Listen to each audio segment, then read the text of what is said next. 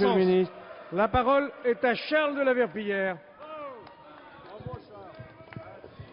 Monsieur le Président, ma question, à laquelle j'associe les 3 autres députés du département de l'Ain, s'adresse à Monsieur le ministre de l'Intérieur. Dimanche, Maël, âgé de 5 ans, a été enlevé devant chez ses parents à Niévroz.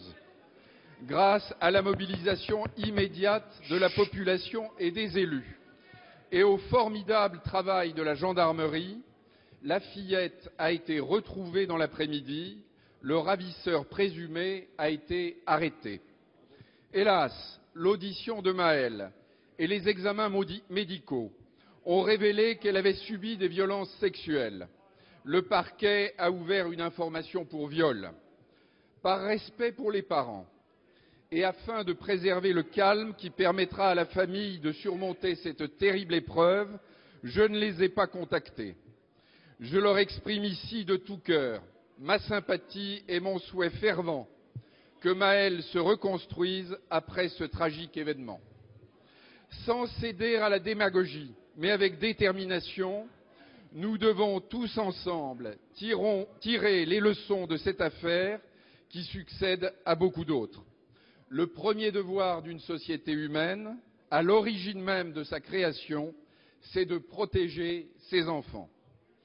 Ici, l'enquête a révélé que l'agresseur présumé avait déjà été condamné en 2009 à 6 années de suivi socio-judiciaire pour détention et diffusion d'images pédopornographiques. Mais nos lois et les moyens dont nous disposons sont-ils suffisants pour prévenir et punir l'agression sexuelle des enfants? Je vous en prie.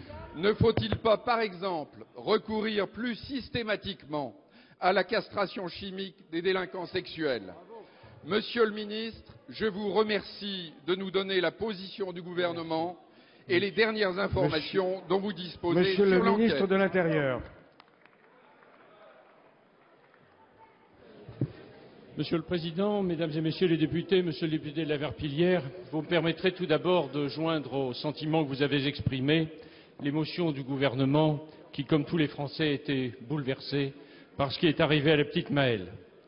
Il est exact que l'auteur présumé, interpellé le soir même par les gendarmes, a été condamné en novembre 2009 à un suivi socio-judiciaire de 6 ans pour détention et diffusion d'images pédopornographiques.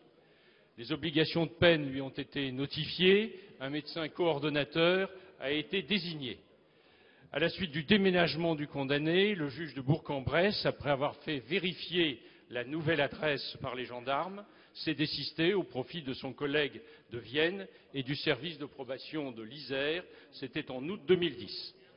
Le condamné a fait l'objet d'un suivi régulier et a respecté ses obligations jusqu'à une date récente.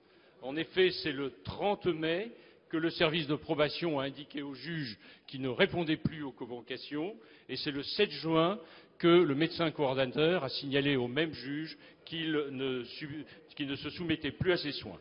Et c'est dans ces conditions que le juge d'application des peines de Vienne, le 9 juin, a délivré aux gendarmes un mandat d'amener qui devait être exécuté le 14, c'est-à-dire aujourd'hui même.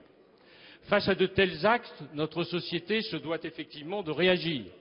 Elle doit protéger contre les prédateurs sexuels. Et ce que nous faisons depuis 2007, la loi de 2008 a établi la rétention de sûreté vis-à-vis des criminels les plus dangereux. Et s'agissait de l'idée de la castration, vous avez voté contre, s'agissant de l'idée de castration chimique que vous évoquez, ce dispositif est efficace, l'INSERM le confirme, et la loi du 10 mars 2010 sur la récidive criminelle a multiplié les cas dans lesquels il est proposé un traitement anti-hormonal aux délinquants sexuels.